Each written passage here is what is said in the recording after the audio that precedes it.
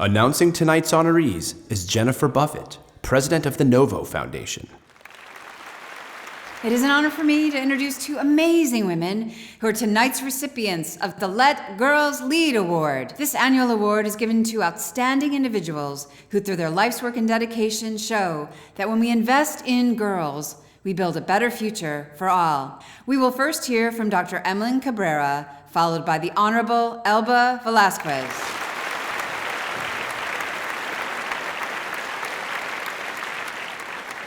I am so grateful for this award. As girls growing up in the small town of Concepcion, Chiquirichapa in the highlands of Guatemala, both Elba and I faced numerous obstacles. But lucky for us, that all started to change when I turned 11. Every day after school, I would look forward to meeting with my dear friend Elba. We would meet next to the Mayan calendar outside our school and talk for hours about all the interesting things we had learned about that day. Hola, ¿cómo estás? Muy bien, ¿y tú? Bien, ¿cómo te fue en la escuela?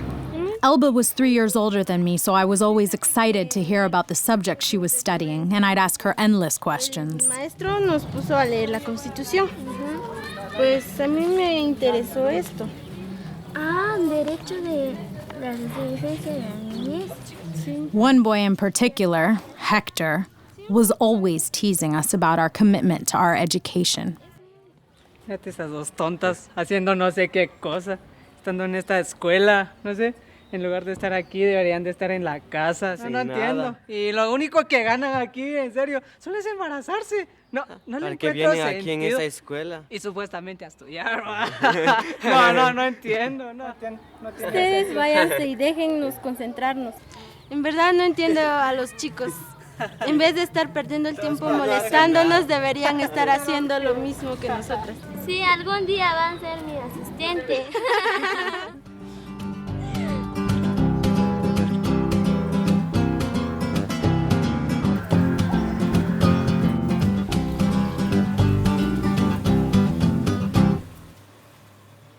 I could never spend as much time with Elba as I wanted.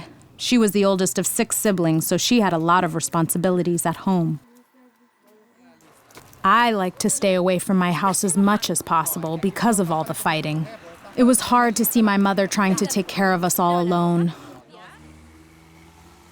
Often, I felt like I should drop out and start working, but school was an escape for me, and I enjoyed participating in my class discussions, so I struggled to continue.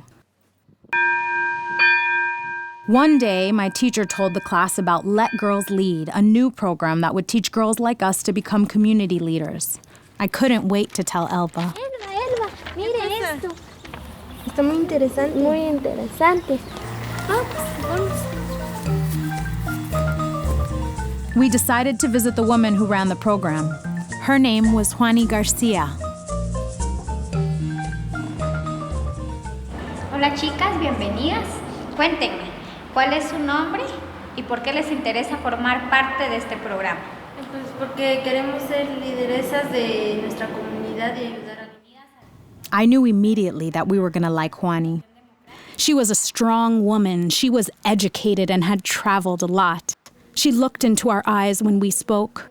I watched her as she explained this new program that would help girls in our small town to learn new skills such as public speaking and working with adults.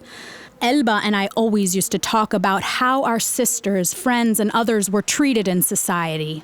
We wanted to change that, but we're just a little too shy and too young to figure it out on our own. Now we had the chance to learn how to make our town a better place for girls. Bienvenidas a nombre del programa Participación Democrática. ¿Qué les parece si empezamos por conocer un poquito sobre nuestros derechos? Throughout the workshops, we learned how to better communicate with local authorities, we learned about human rights and how to talk to the media, and we developed leadership and advocacy skills. Otro tema también muy importante es hablar sobre nuestra autoestima. We realized that what girls in our community most needed is support to finish school and stay healthy. So we decided to talk to the person who could help us make that change. We went to talk to the mayor. Little did we know Hector was in our shadows.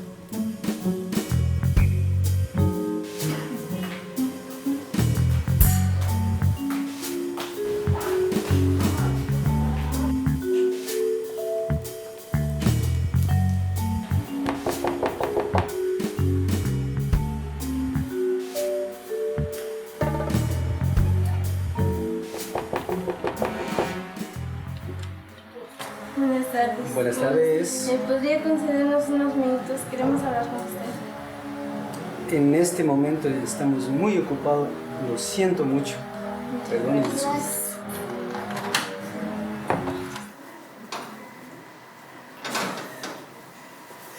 We decided not to give up, so we came back the next week. Entiendo. No tiene mayor cosa que hacer con las cosas de adulto. Deberían estar haciendo otras cosas de jóvenes, jugando o haciendo algo, pero de todas maneras. I shouldn't have been so surprised to hear this from the mayor. This was the same problem my grandmother said helped cause our country's 36-year civil war that killed so many of our people. Women and girls' voices were too often silenced in our homes, at school, and in the government. Señoritas, en este momento la alcaldía está muy ocupada, tenemos mucha agenda que hay que hacer. Lo siento mucho, no pude tener ese espacio con ustedes.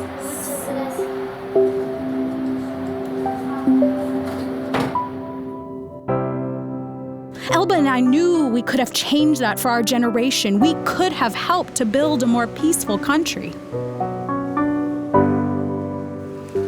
After the mayor rejected our request, Elba and I gave up. We went back to our normal lives and we stopped going to the leadership workshops. We felt defeated. After all, what good are we as young community leaders if the people making decisions for our community don't respect what we have to say? Elba spent more of her time weaving. I tried to spend more time at home. But the dream of building a better community for my people never left my heart. I started thinking about the power of women and girls, about my mother enduring extreme hardships to keep me and my siblings safe. I thought about Elba's grandmother and what she sacrificed for her family.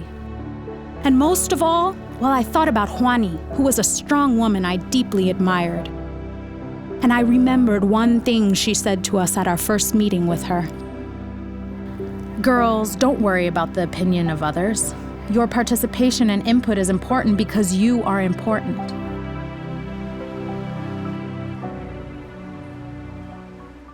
Elba and I decided to go see Juani again. We brought a copy of the municipal code and told her we wanted to know how to get the mayor to talk to us. We needed to find a way to make him listen and understand the importance of investing in girls. Juani told us she had an idea to convince the mayor to help us. This time we had a hook. When the mayor opened the door, we explained to him that we wanted to talk about making the community safer for all girls, including his own daughter. This time, the mayor opened the door to welcome us in.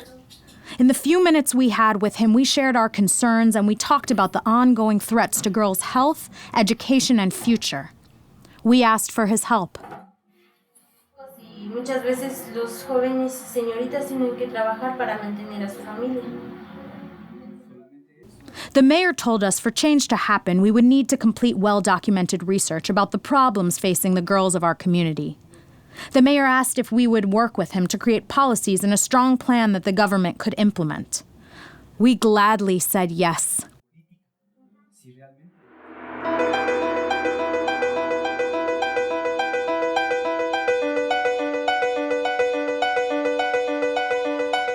We asked parents, teachers, and other people living in our town about the biggest challenges facing girls.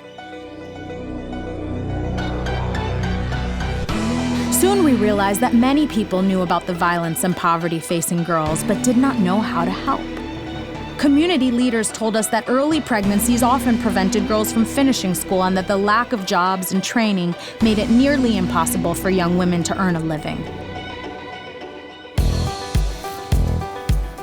Through our research, we learned that less than 10% of Mayan girls finish school, and more than half have babies while they're still teenagers. With Juani's help, we submitted a detailed policy proposal to the mayor to fund programs that would make our community a better place to grow up a girl.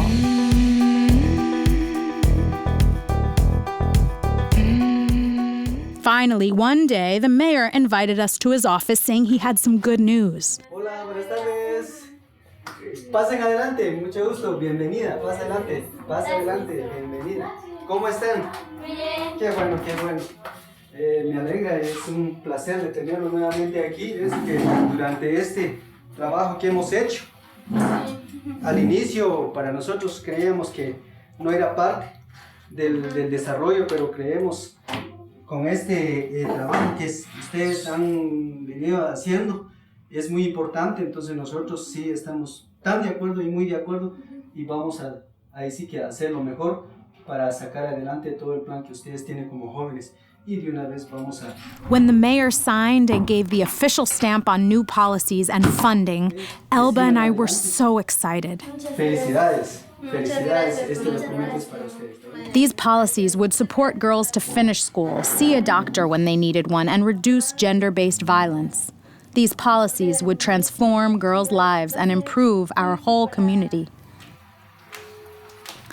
Even our biggest skeptic, Hector, couldn't believe it.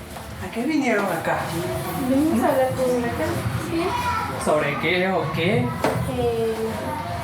Sobre un proyecto que le propusimos para ayudar a las jóvenes del municipio. Ah, bueno.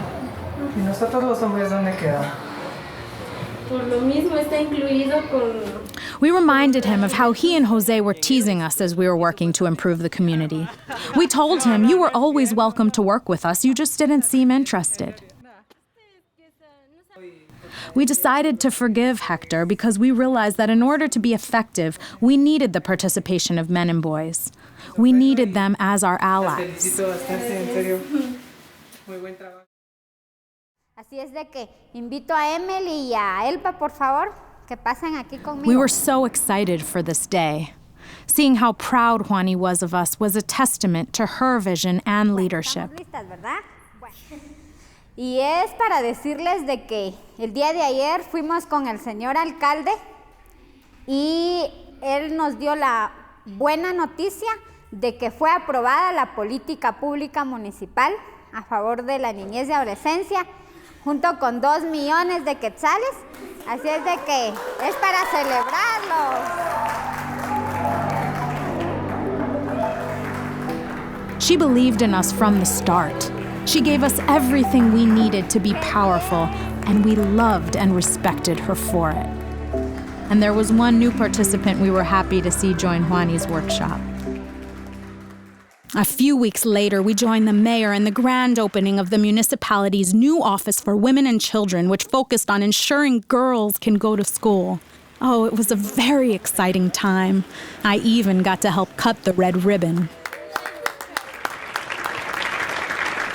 So as you can see, both Elba and I stand before you today as 2 women who grew up in one of the poorest regions of Guatemala, who have proven that when you let girls lead, you are helping to transform communities, countries, and the entire world. Because of everything we learned, we have gone on to finish graduate school. I am now a doctor, and Elba is a judge, and we continue to help build better communities for other women and girls. So thank you again for this award, and please always remember, never underestimate the power of a girl.